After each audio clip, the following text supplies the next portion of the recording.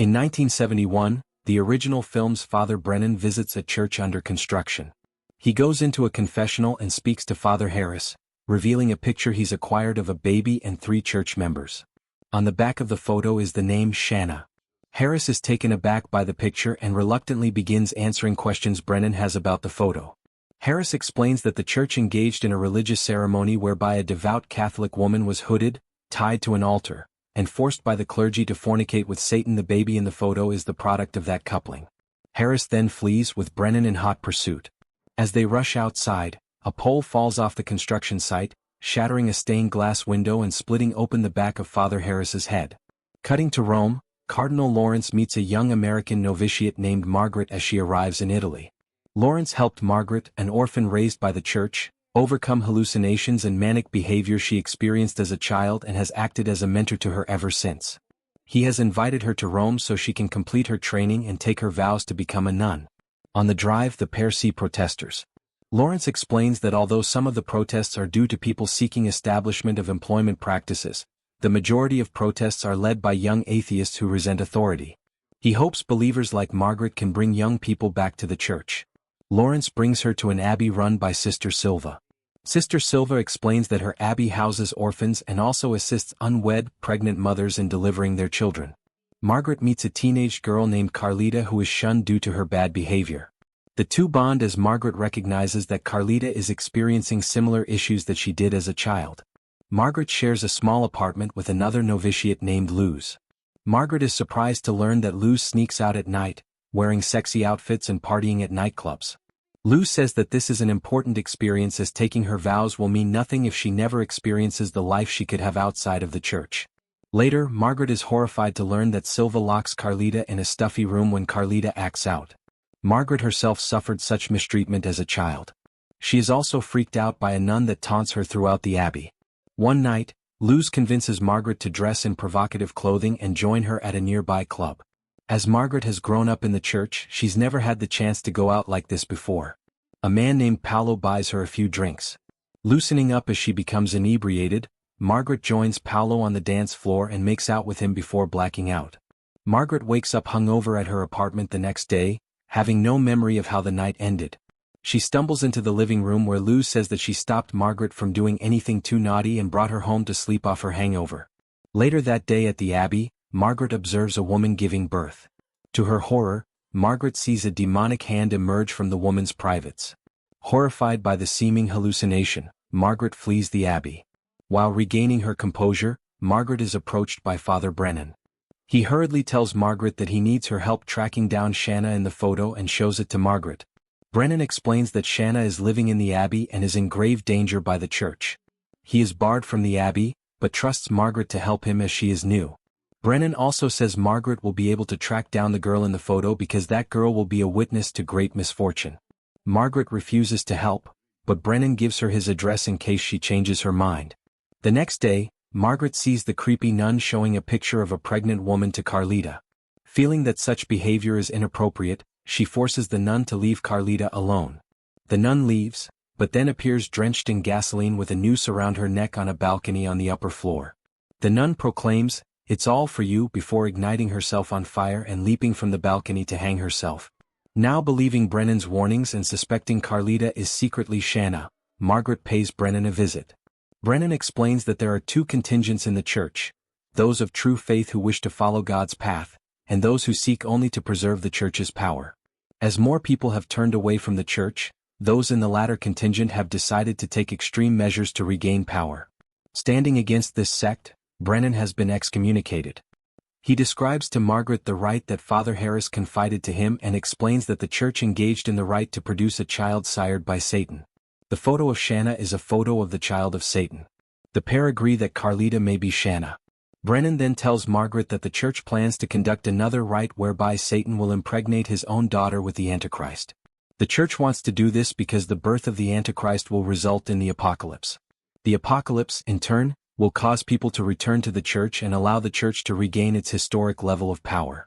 Brennan asks Margaret to find files hidden in the abbey concerning Carlita's birth. If Carlita was born on the 6th day of the 6th month at 6 a.m., then it will confirm she is the child of Satan and must be rescued.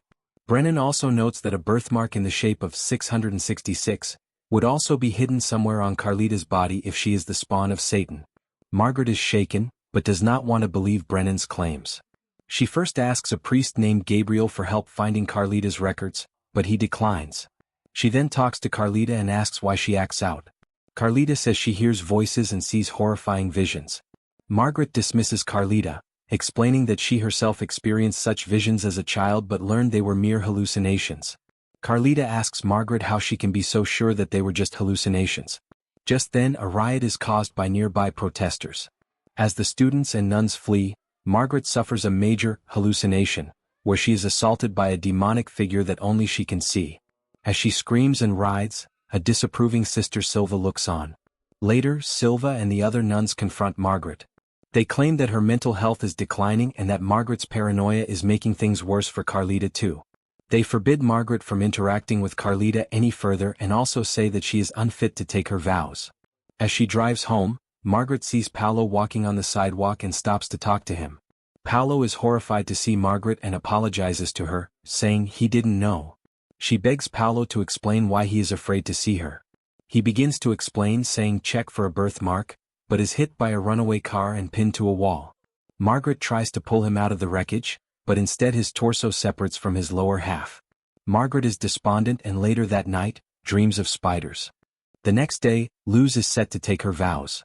While all the members of the abbey are at the ceremony, Margaret sneaks into Silva's office and finds a hidden passage.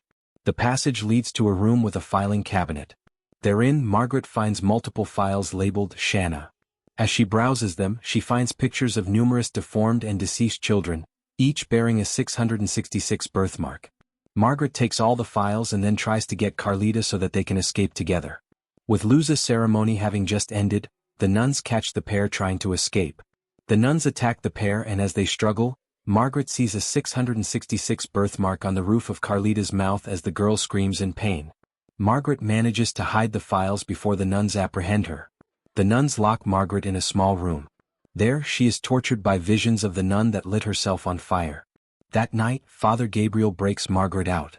He found the files she hid and has also secretly been working with Father Brennan. Carlita is being guarded, so the two sneak out and rendezvous with Brennan. As they review the files, they realize that the word Shanna simply refers to the project the church engaged in to have Satan sire a child. Each file details a separate effort by the church to birth a child with Satan. Most attempts failed, with the offspring dying soon after birth. One file is missing a photo, the photo that Brennan is in possession of.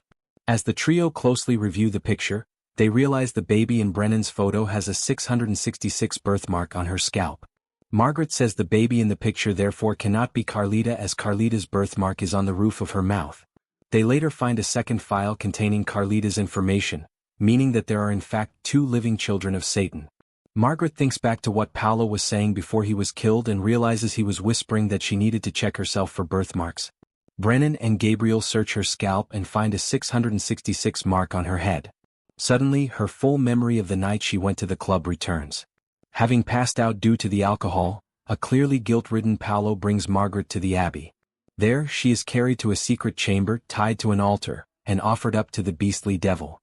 Margaret is raped by the devil as the nuns and the other clergy look on approvingly. Now knowing that she is pregnant with the Antichrist, Brennan and Gabriel help Margaret to a car and begin driving her to an abortion clinic. Before they can get there, the car is T-boned by church assailants. Gabriel is killed and Brennan is knocked out. Margaret tries to escape but can't move. To her horror, in mere minutes, her pregnancy progresses to full term and her water breaks. Members of the church retrieve her as she passes out. Margaret awakens strapped to a bed and Cardinal Lawrence standing by her side. Lawrence says she should be proud as, through Margaret's birth of the Antichrist, the church will become relevant once again and save millions of souls. As the nuns and other clergy look on, a doctor performs a C-section and removes a sac from Margaret's uterus.